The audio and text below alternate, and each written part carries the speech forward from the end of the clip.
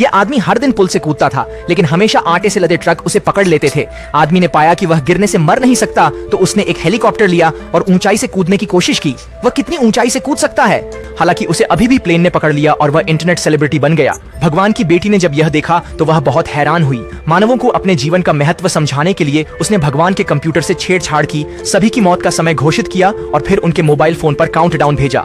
एक बार जब एक आदमी गाड़ी चला रहा था, उसने काउंटडाउन देखा जो 0 पर पहुंचने वाला था। अगले ही सेकंड में वह एक कार दुर्घटना में पड़ गया। जब एक महिला नहा रही थी, उसने देखा कि उसके पास जीने के लिए केवल 2 मिनट बचे हैं। उसने जल्दी से हेयर ड्रायर को अनप्लग किया और फिर गैस पाइप का वाल्व बंद कर दिया। वह सोचती थी कि वह सुरक्षित है, लेकिन अगले ही पल एक कैबिनेट के नीचे कुचलकर मर गई और इस गंभीर बीमारी से पीड़ित बूढ़े व्यक्ति को पता चला कि उसके पास जीने के लिए अभी 20 साल बाकी हैं, जबकि नर्स के पास केवल 60 दिन बचे थे।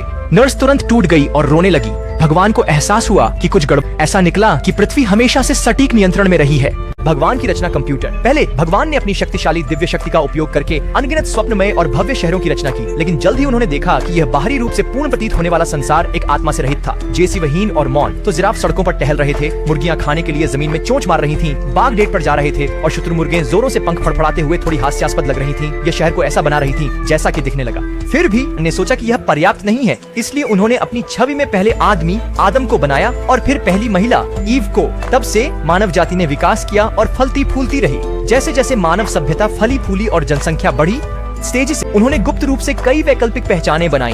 वो बस बादलों के ऊपर से ठंडी दृष्टि से और बहुत आनंद के साथ। जब मनुष्य आधुनिक समाज में उन्नत प्रौद्योगिकी के साथ प्रतीक और मानव जनित आपदाओं की एक श्रृंखला बनाई, यातायात जाम, ट्रेन दुर्घटनाएं, पटरी से उतरने, हवाई जहाज दुर्घटनाओं में और इन आपदाओं के दौरान इंसानों को संघर्ष और निराशा में विलाप कर रूप से कठिनाइयां पैदा करने के लिए एक पूरी जटिल और अजीब नियमों की श्रृंखला बनाई। मानवों के लिए अलार्म घड़ी बजने के बाद लोग गर्म बिस्तर छोड़ने के लिए अनिच्छुक होते थे और 10 मिनट के लिए फिर से सो जाते थे। जब एक टुकड़ा ब्रेड गलती से गिर जाता था तो वह हमेशा जैम वाली तरफ से ही गिरता था, चाहे लोग कहीं भी हों।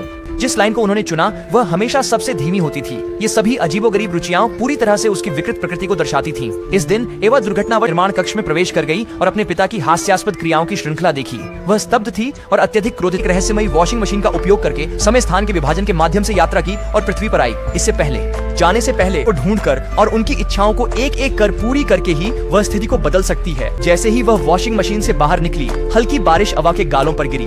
पहली बार नमी महसूस करते हुए वह दुनिया की सुंदरता में तुरंत मोहित हो गई और इस प्रकार उसकी रोमांचक साहसिक यात्रा हुई। एक दयालु और उत्साही बेघर व्यक्ति, उसकी दिल से मदद से उसने पहली शिष्या सुंदर और आकर्षक एली को सफलतापूर्वक ढूंढ लिया।